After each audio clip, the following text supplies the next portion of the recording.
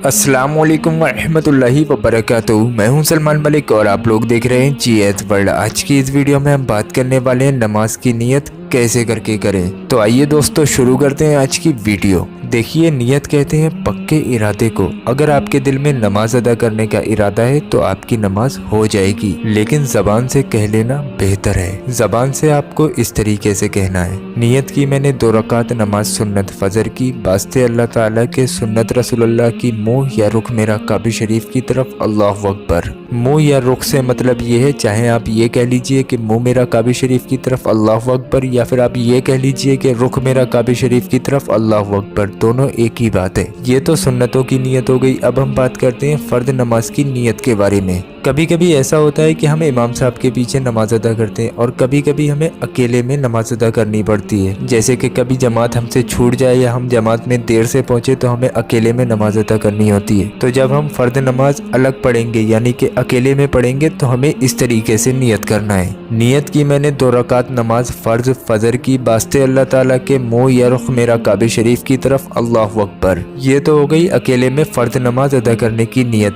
अब अगर हम इमाम साहब के पीछे नमाज पढ़ रहे हैं तो हमें इमाम साहब के पीछे फर्द नमाज की नियत किस तरीके से करना है वो भी देख लेते हैं। वो आपको इस तरीके से करना है, नियत की मैंने 2 रकात नमाज फर्ज फजर की वास्ते अल्लाह ताला के पीछे इस इमाम के मुंह या रुख मेरा काबे शरीफ की तरफ अल्लाहु अकबर। ये तो सिर्फ फजर की नमाज की नियत हुई। अब हमें और भी नमाजों की नियत करनी है, वो कैसे करके करेंगे। तो आपको सिर्फ नाम और रकात बदल देनी है, बाकी नियत आपको सेम इसी तरीके से करनी है। जैसे हमें जोहर की 4 रकात सुन्नतें अदा करनी है तो हमें 4 रकात सुन्नत बोल के वक्त जोहर का बोल देना है, बाकी नियत इसी तरीके से करनी है। और आपको जोहर के भी 4 रकात फर्ज में भी 4 रकात फर्ज बोल के वक्त जोहर का बोल के बाकी आपको सेम इसी तरीके से नियत करनी है। इसी तरीके से मगरिब में 2 रकात नफिल की नियत करेंगे तो वक्त मगरिब का ही रखेंगे और 2 रकात नफिल बोल के नियत कर लेंगे। बस आपको नाम और रकात की तादाद और वक्त बदलना है, बाकी आपको नियत एक जैसी ही रखनी है। जहां हमने फजर का नाम लिया था वहां जोहर का नाम आएगा, जहां 2 सुन्नतें कही थी वहां पे 4 सुन्नतें कहना है, और जहां हमने 2 रकात फर्ज कहे थे वहां हमें जोहर के 4 रकात फर्ज कहना है। तो मेरे प्यारे प्यारे भाइयों और बहनों, पॉइंट टू पॉइंट आपको इस तरीके से समझाया, आपके आसानी से समझ में आ गया होगा कि नियत किस तरीके से करना है। ना जाने कितने मुसलमान भाई बहन ऐसे हैं जिन्हें नियत का तरीका नहीं मालूम है। आप लोगों से दिल से गुजारिश है, उन लोगों तक इस वीडियो को शेयर जरूर कीजिए। अगर आपकी एक शेयरिंग की वजह से